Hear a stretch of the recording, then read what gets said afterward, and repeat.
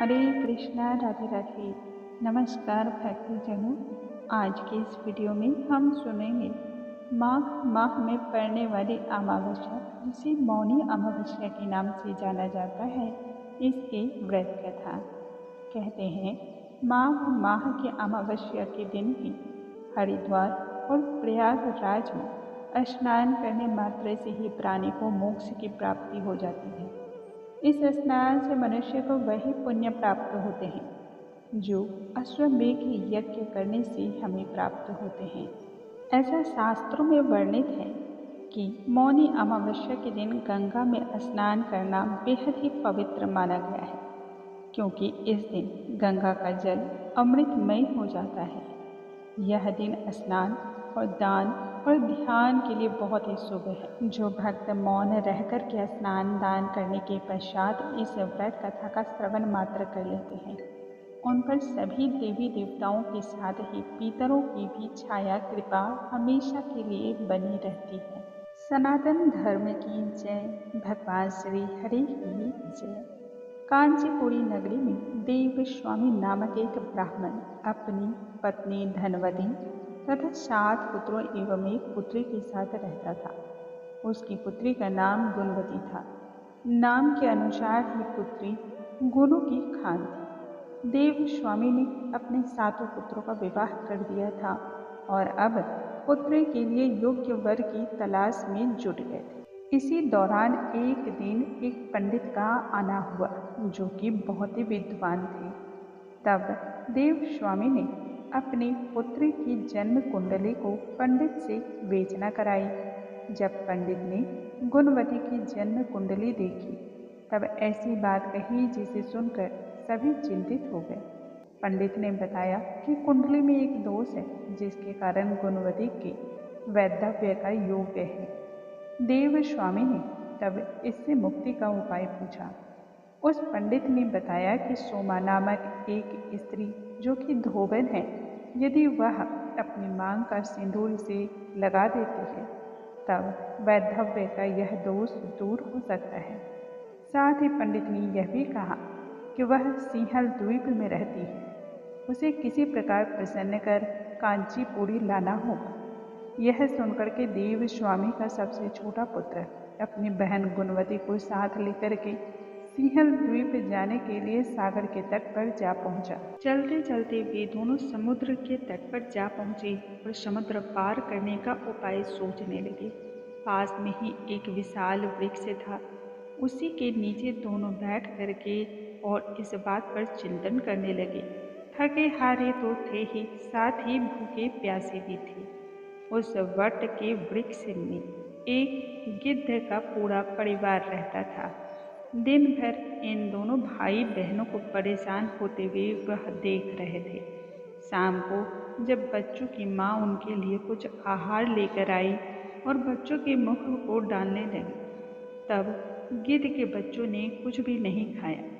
इसके साथ ही माँ से कहा, सुबह से इस वृक्ष के नीचे एक भाई बहन बैठे हैं। दोनों बड़े ही चिंतित हैं और भूखे प्यासे भी हैं। जब तक वे नहीं खाएंगे, तब तक हम लोग भी नहीं खाएंगे। बच्चों की बात सुनकर के गिद्धनी को दया आ गई। उसने दोनों प्राणियों की ओर देखकर उनके पास जाकर कहा, आपकी इच्छा मैंने जान ली है, इसलिए अब आप लोग चिंता मुक्त होकर के भोजन करें। कल प्रातः काल होते ही मैं आप लोगों को समुद्र के पार सोमा धोबन के घर पहुंचा दूंगी। गिद्धनी की बात सुन करके भाई बहन की चिंता थोड़ी कम हुई और आंतरिक प्रसन्नता उन्हें प्राप्त हुई। उन्होंने गिद्धनी को प्रणाम किया और उनके द्वारा दिए गए भोजन को प्रेम से ग्रहण किया। प्रातःकाल होते होते गिद्धनी ने दोनों भाई बहनों को सोमा के घर पहुंचा दिया।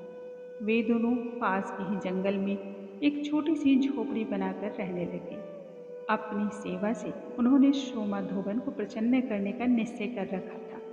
प्रतिदिन वे सुबह ही मुंह अंधेरे उठकर सोमा के घर जाते, उसके घर की लिपाई झाड़ पोछ करते, साफ सफाई करते और फिर अंधेरे में ही वापस लौट आते। जब सोमा हर रोज इतनी सुंदर तरीके से अपने घर को लिपा पुता और साफ सुथरा देखती, तो बड़ा ही आश्चर्य करती थी। एक दिन की बात है, उसने अपनी बहू से इस विषय में पूछते हुए कहा, बहू तू इतनी सुबह क्यों उठ जाती है? तब बहू ने कहा, माँ जी मैं तो इतनी सुबह नहीं उठती, मुझे तो लगता था कि मेरे उठने से पहले ही आप घर की लिपाई पुताई और साफ सफाई कर लेती हैं। तब दोनों सास बहू ने यह निश्चय किया कि हम इस बात का पता लगाएंगे, आखिर कौन है हमारे अलावा जो चुपचाप ही हमारे घर आता और हमारे काम को कर कर चला जाता था। इस तरह से सास बहू दोनों ने रात्रि जागरण किया और घर की सफाई का सारा रहस्य जानने को इच्छुक हुए। जब पौ फटने का समय आया तब उन्होंने देखा कि एक ब्राह्मण कन्या और उसका भाई दोनों उसके घर आए हैं और दोनों सफाई में जुट गए हैं। सोमा धोबन ने तब इस तरह सेवा करने का कारण पूछा। भाई ने सोमा धोबन को तब सारी बात कह सुनाई, जिसे सुनकर सोमा ने कहा, आज से तुम लोग यह कार्य करना छोड़ दो। मैं तुम्हारी साधना सेवा और लगन से बहुत ही प्रसन्न हूँ। अब तुम्हारी सेवा किए बिना मुझे कहाँ आराम मिल सकता है। सोमा उनके आग्रह करने पर दोनों के साथ ही चलने को तैयार हो गई। घर से निकलते समय सोमा ने अपनी बहू से कहा, यदि मेरी अनुपस्थिति में किसी की मृत्यु भी हो जाए तब उसके शरीर को नष्ट ना करना, क्योंकि सोमा धोबन का जो पति था वह बीमार रहता था। क्षण भर बाद में ही दोनों अतिथियों के साथ सोमा कांचीपुरी नगरी पहुंच गई। दूसरे दिन गुणवती का विवाह संपन्न हुआ और सप्तपदी होते होते ही उसके पति की मृत्यु हो गई। उस समय सोमा ने अपने संचित पुण्य का फल गुणवती को दान किया, जिससे उसका पति पुनः जीवित हो गया। उधर सोमा के पति की मृत्यु हो गई। सोमा बिना भोजन और जल ग्रहण किए ही घर से निकल पड़ी। रास्ते में एक पीपल का वृक्ष था। पीपल के वृक्ष के पास ही बहुत सारे ईंट पत्थर थे। उन ईंट पत्थरों को सोमा ने जमा किया। 108 भवरी उन्हीं ईंट पत्थरों से दे डाली और फिर प्रणाम करके वह अपने घर जा पहुंची। सोमा के द्वारा किए गए इस कार्य को करते ही पति के शरीर में जान वापस आ गई। उस दिन मौनी अमावस्या का दिन था। जो भक्तगण इस कथा को मौनी अमावस्या के दिन विशेष कर कहते हैं, सुनते हैं या हुंकारा भरते हैं, उन सभी के स्वास्थ्य में निश्चय ही सुधार होता है। जीवन में सुख शांति समृद्धि का वास होता है। अखंड सौभाग्य की प्राप्ति होती है। बोलो भगवान श्री हरि की जय, माता लक्ष्मी की जय।